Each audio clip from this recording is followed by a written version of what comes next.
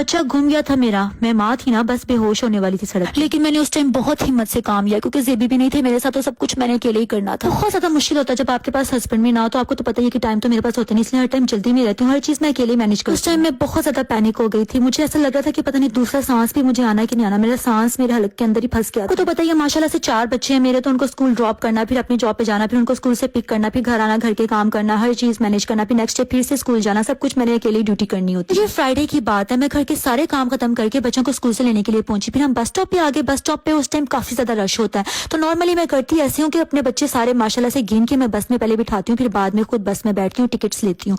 तो उस टाइम क्या हुआ कि मैंने कहा कि बच्चे सारे अंदर चले गए और मैं टिकट्स लेने लग गई, और मुझे नहीं पता चला सबसे छोटा वाला बेटा जो मेरा था वो बाय चांस शायद किसी और के पीछे चला गया। 2 बसें एक साथ आके रुकी थी, तो किसी और लड़की के कपड़े उसको पीछे से अपनी माँ जैसे लगे होंगे, तो वो उसके पीछे चला गया। फिर बाद में उसने देखा कि ये तो मेरी मम्मा है नहीं, तो फिर वो उसके साथ बस में नहीं गया, शुक्र है वो स्टॉप पे ही रह गया। तो टिकट्स लेके जब मैंने पीछे देखा तो 3 बच्चे थे, मैंने कहा अमीर, तो फिर गनी से मैंने पूछा, तो गनी मुझे कहता है कि मम्मा अमीर तो लगता है कि आया ही नहीं बस में। तो उसी वक्त मैं शॉक हो गई, तो उसी वक्त मैंने देखा बस का लेकिन डोर जो है ना वो क्लोज हो चुका था, और बस उस टाइम रुक नहीं सकती थी। फिर नेक्स्ट स्टॉप पे ही हमने बेल को रिंग किया और नेक्स्ट स्टॉप पे ही हम उतरे और पीछे भागे सारे। तो मेरे 3 बच्चे और मैं भी उनके साथ भाग भाग के जब हम स्टॉप पे आए तो वहां पे अमीर हमें नहीं मिला। तो उस टाइम मेरी सिचुएशन ऐसी थी कि मुझे सांस तक नहीं आ रहा था और कुछ समझ नहीं आ रहा था कि क्या करूं। फिर मैंने सोचा कि प्लीज कॉल करती हूं। सिचुएशन ऐसी थी कि मैं कुछ रिकॉर्ड तो नहीं कर सकी, लेकिन आप लोग मेरी सिचुएशन का अंदाजा वैसे ही लगा सकते हैं कि उस टाइम मेरा क्या हाल हुआ होगा। कॉल करने से पहले मैं खुद इस एरिया में सारा चेक कर लेती हूँ, क्या पता मुझे इधर उधर मिल जाए। तो उसी दौरान जो है वो मुझे स्कूल से फोन आ गया कि अमीर को हमने स्टॉप पे देखा था, वो बिल्कुल अकेला था, तो उसको हम स्कूल में ले आए, टीचर उसको वहां पर मिली और वो उसको स्कूल में ले आई। तो फिर जान में जान आई मेरे। देखेंगे यूके और यहाँ पे चाइल्ड सेफ्टी एंड सिक्योरिटी का ये सिस्टम है, हम टीचर्स हैं, हमारे स्कूल से बाहर भी यही ड्यूटी होती है कि हम देखें हमारे स्कूल का कोई बच्चा है